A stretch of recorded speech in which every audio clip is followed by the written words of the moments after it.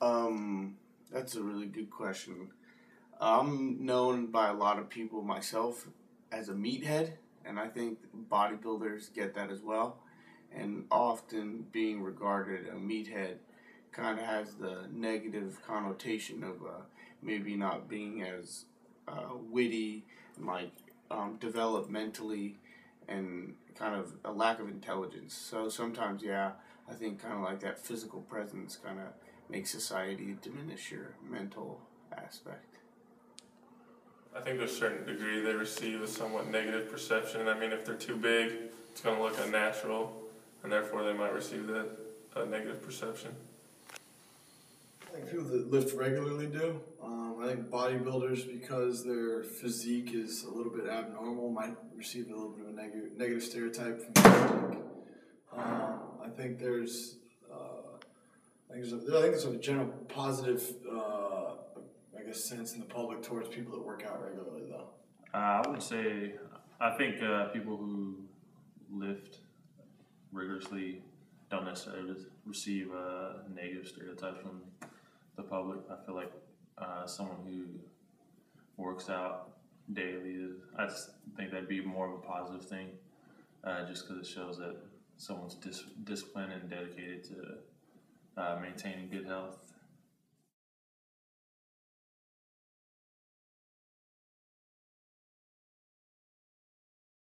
Yeah, definitely. I mean, when I work out or train with the football team, I feel like I feel better throughout the day. Well, I think if you just basically, if you sit around all day and don't work out, you're not really gonna, you kind of, not only does your body shut down, but kind of your mind as well. Kind of like you're just sitting and, like couch potato. A couch potato is kind of not there, like kind of emotionally invested into something. So kind of working out kind of wakes your body up, and it kind of wakes your brain up too. Surely, I think that exercise can generally be a release for people. It has calming benefits, and so I think it's generally a healthy thing for people to practice. I think regular exercise does help with mental function and performance, just because it. I think a healthier body leads to better brain functioning, I guess you could say.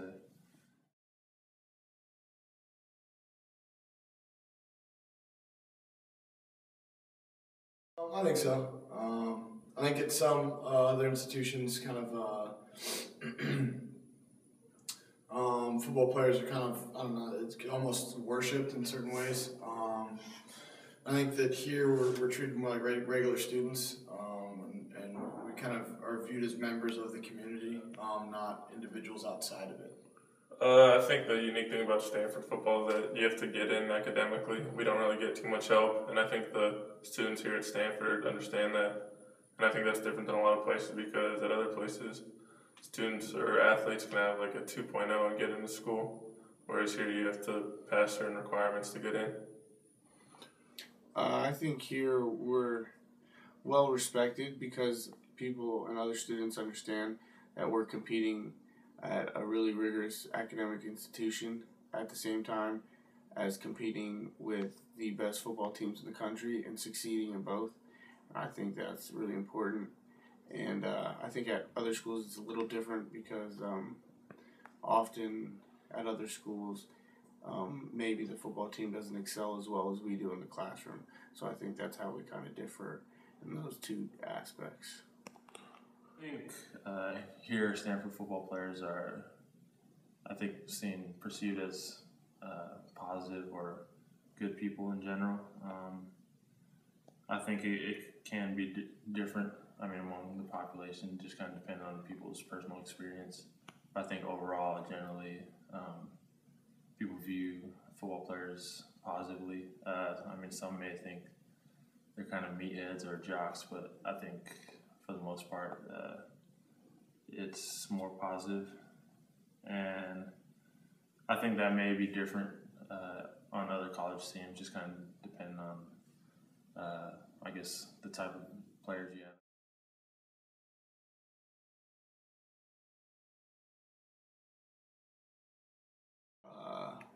To get girls. I think men lift weights to make themselves look more appealing to women. I think it makes them feel good about themselves, and I think it gives them a sense of confidence. I'd like to think the most common reason men lift weights is for health reasons, but I think also just for appearance. I think guys just try to have big muscles. I think there's, I guess, some sort of social pressure to be fit. One, it's healthy. Two, I think it gives a level of self-confidence. And then three, I think there's just kind of a societal pressure for people to do it and to look good.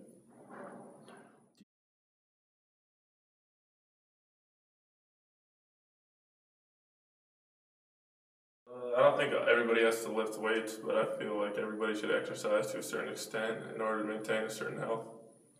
Exercise in general is important to keep your body in a good shape and everything. I think health is important, and I think anything to promote health is good. So probably lifting weights is good, but any kind of body movement and stuff like that's good. I don't think necessarily lift weights, but I think some kind of physical exercise would be beneficial. But I mean, you can include lifting weights. It doesn't have to be kind of going for max weight, but just kind of lightweight.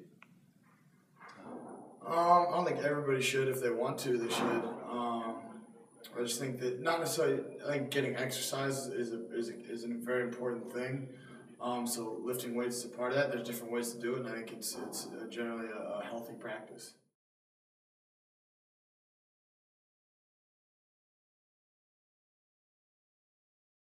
Just being knowing you can do things helps your self-confidence, and so lifting weights kind of corroborates how you feel physically, like, oh, I can take an object and move it from point A to point B, and I can take something large and move it from point A to point B, and it kind of also clearly makes you look different and kind of enlarges you, and I don't know, kind of if the bigger and stronger you are, maybe the more safe and confident you feel in yourself. So yeah, I would agree with that.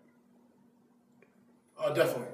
I think that obviously there's been a link to the release of endorphins and increases in testosterone that obviously would help an individual psychologically from a chemical perspective feel more confident, and I think that it does have a positive benefit to anybody that does so. Working out does give a man more self-confidence, just kind of going back to that idea of better appearance or better health. I think kind of helps you feel more confident about yourself, about the way your body looks and feels.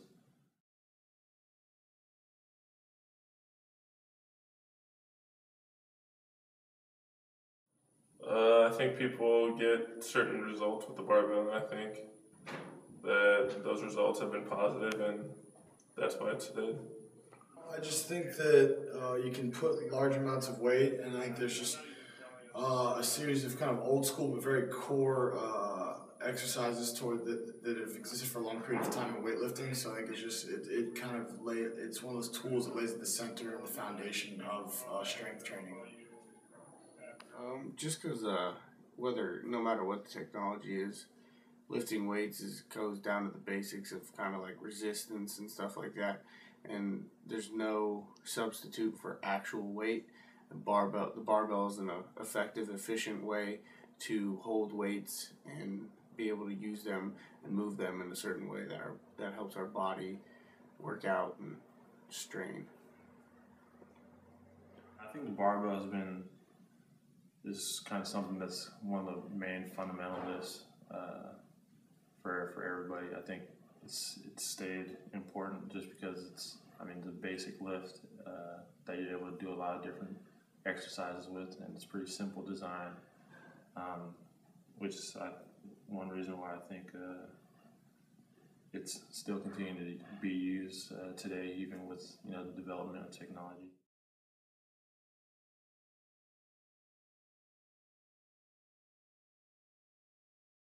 He's probably a little bummed at first, but I would hope that those people would look at it as motivation and try and work harder. That's a bummer. That's unfortunate. That's not good for the confidence, just like we were talking about earlier. if you work hard and put in a lot of effort and you don't start to see the results, of course, disappointment and kind of just a lack of confidence, and yeah, that's unfortunate. That would suck. Before, it's incredibly frustrating because I think that at least when I train very hard and very driven and focused on what I do. So I think with anything you do, if you set goals out for yourself and you don't meet them and you've worked really hard, it can be quite frustrating. But I think that you learn new ways to improve upon what you've done, and you learn from it. When someone's working out and they don't see the results they hope again, I think that probably kind of hurts their self-confidence a little bit. I know personally, when you're kind of working out and you're not really seeing the gains, it kind of makes it harder to keep working out. But I think that's something, that may differ depending on the person and how much time.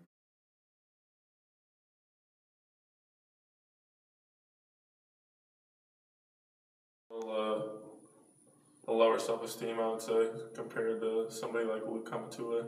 Well, if there's like some sort of competition, but if you have someone just standing next to each other doing nothing, I don't think so, unless the one who lifts weights is particularly larger or more physically imposing on the other one.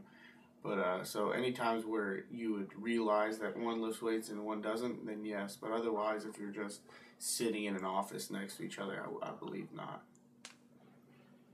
I think men may feel emasculated if they're in the presence of other guys who may be bigger or look bigger or stronger. Because the idea of appearance and confidence.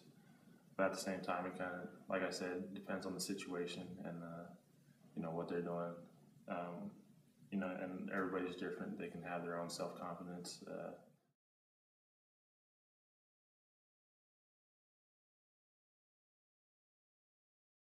One, for my sport.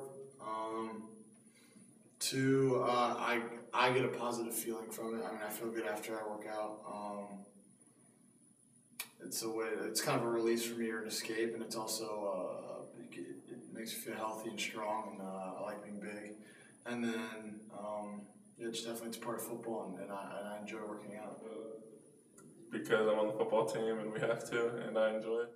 Because I don't have a lot of money and I need a scholarship to go to Stanford. And lifting helps me get a scholarship. Personally, I lift weights first because of sports. I'm on the football team, and obviously that's something that's important in the game of football. And just for health reasons, and I guess appearance is also a plus.